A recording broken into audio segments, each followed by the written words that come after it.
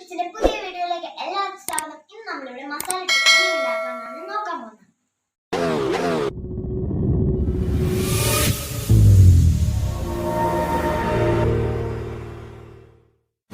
ഇതിനായിട്ട് ഇവിടെ നമ്മൾ എടുത്ത് വെച്ചിരുന്ന ഇൻഗ്രീഡിയൻസ്: ഒരു ചെറിയ കഷ്ണം ഇഞ്ചി, ചെറിയ കഷ്ണം പട്ട, ഒരു കുഞ്ഞു ഗ്രാമ്പു, 2 കഷ്ണം ഏലക്ക, 2 കുരുമുളക്, 1 ഗ്ലാസ് വെള്ളം തിളച്ച് വന്നിട്ടുണ്ട്. ഇനി ഇതിലേക്ക് നമ്മുടെ ഇൻഗ്രീഡിയൻസ് ഇട്ട് കൊടുക്കാം.